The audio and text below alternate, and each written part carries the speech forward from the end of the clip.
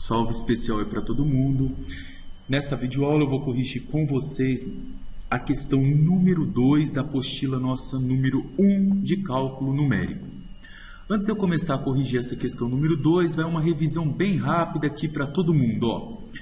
Moçada, a gente comentou na aula e falou rapidamente sobre um teorema muito importante, e esse teorema era chamado Teorema de Bolzano. O que diz o Teorema de Bolzano? Eu tenho esse eixo deitado aqui que a gente chama de eixo da reta x. Então, se eu tenho um ponto A e tenho um ponto B, eu tenho um intervalo chamado AB. Se eu tenho uma função, esse ponto A, ele gera um valor para essa função. Então, o A meu vai gerar um ponto, está aqui, e esse nosso ponto eu vou chamar ele de f de A, certo? O ponto A gera o f de A.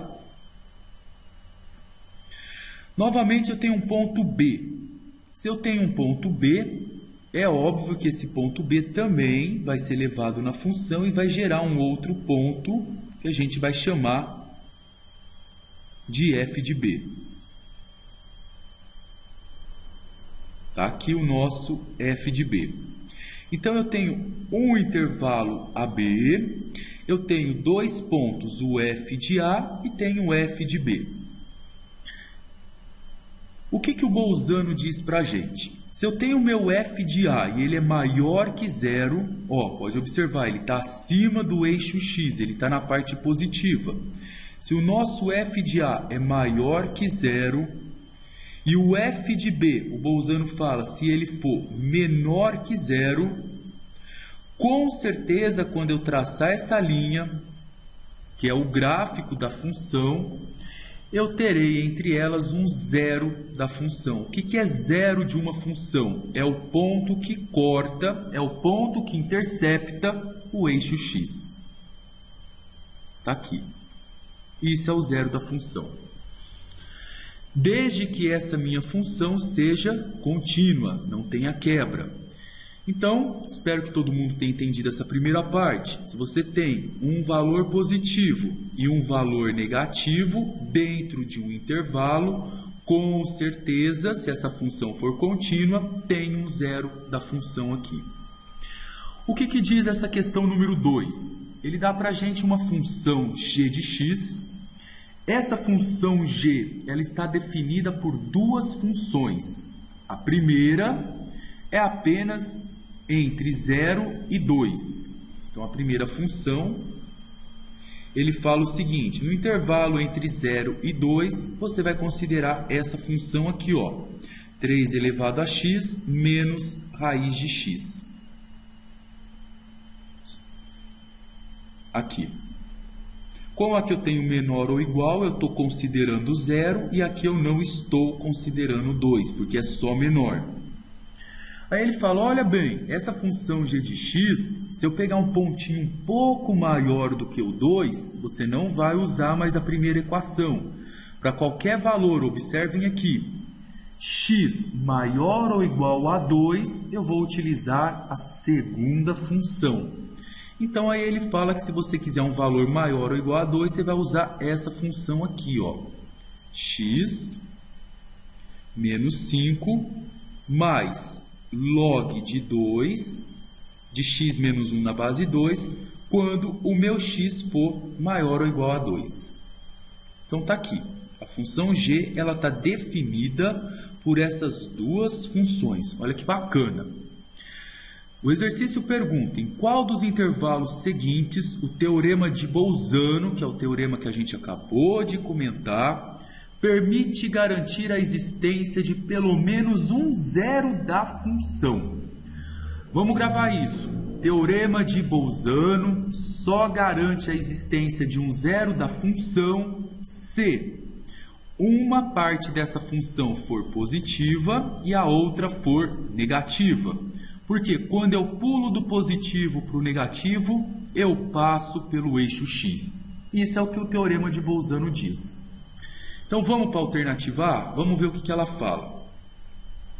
Será que eu tenho um zero da função no intervalo de 0 até 1? Observem que essas chaves aqui, ó, estão abertas. Eu estou falando que o 0 não entra e o 1 também não entra. Mas entre 0 e 1, quais são dessas duas funções que está dentro do intervalo de 0 e 1? Com certeza, a primeira função. A primeira função são para os valores entre 0 e 2. Então, a gente vai utilizar a primeira função para descobrir se tem um 0 aqui ou não. Professor, como que eu faço isso? Intervalo entre 0 e 1. Então, eu quero saber o intervalo de x igual a 0 até x igual a 1. Vamos observar o que acontece no meu ponto 0, na minha função g de 0. Como eu quero entre 0 e 1, eu vou pegar a primeira função. Vai ficar 3 elevado a 0 menos raiz de 0. Então, g de 0 é igual. 3 elevado a 0 é 1. Raiz de 0 é 0. G de 0 vale 1. E 1 é um número positivo. Vamos ver agora aqui no ponto 1, de x igual a 1. Então, vamos calcular o nosso g de 1. Como eu estou pegando x igual a 1, eu vou usar a primeira equação porque ela está definida entre 0 e 2. Então, eu tenho g de 1 é igual a 3 elevado a 1 menos raiz quadrada de 1. Então, meu g de 1 é igual a 3 elevado a 1 é 3, raiz quadrada de 1 é 1, então meu g de 1 é igual a 2. Também é positivo. Como os dois são positivos, tem um zero da função, se eu for afirmar isso pelo teorema de Bolzano? Não, professor, não tem. Para quem não entendeu, olha aqui, ó.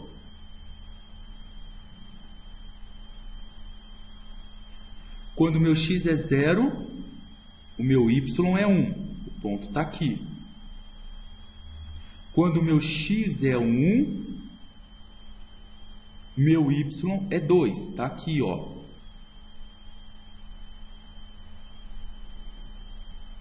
Os dois estão na parte de cima, então eu não posso afirmar com certeza que tem um zero da função aqui. Está fora.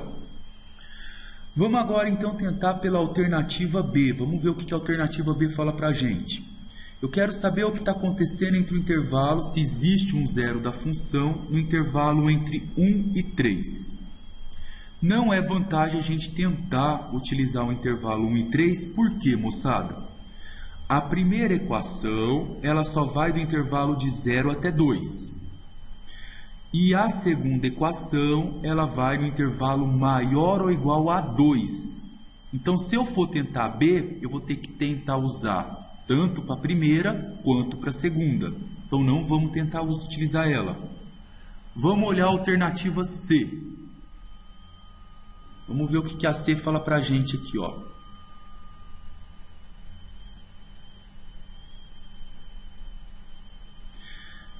Na C nós temos, ó,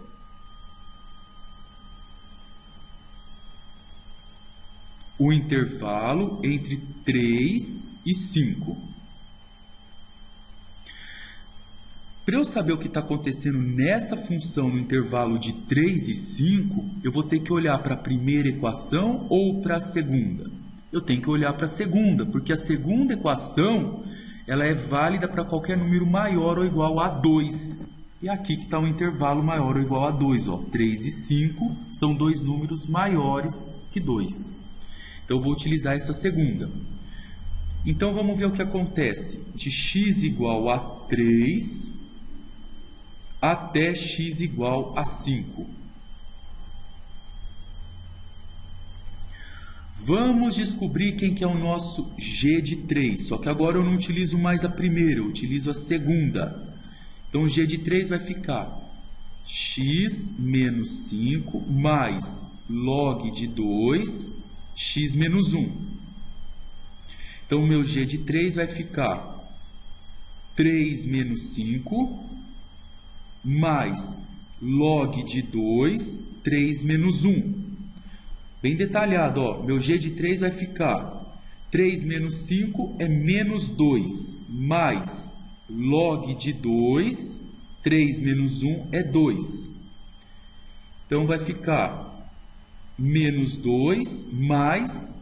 Quanto que é log de 2 na base 2? Log de 2 na base 2, a gente sabe que é 1. 2 elevado a quanto dá 2? 1.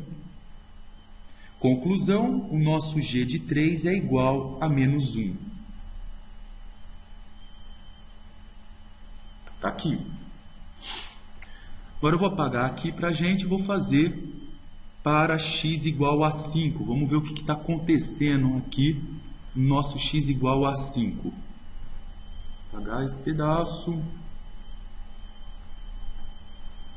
E esse daqui.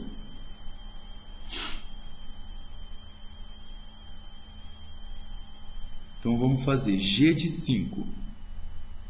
Como eu quero calcular a função no ponto 5, eu sei que para qualquer valor maior que 2, ela está definida pela segunda, então eu vou pegar a segunda. Aqui tem x, então vai ficar 5 menos 5 mais log de 2, como é x menos 1, então é 5 menos 1. 5 menos 5 dá 0, então minha função no ponto 5 vai ficar log de 2 e 5 menos 1 é 4. Quanto que é, moçada, log de 4 na base 2? 2 elevado a quanto dá 4? 2 elevado ao quadrado dá 4. Então, meu log de 4 na base 2 vale 2. E agora, olha que bonitinho que ficou. O nosso g de 3, olha que maravilha, ele deu menos 1. E menos 1 é um número menor que 0.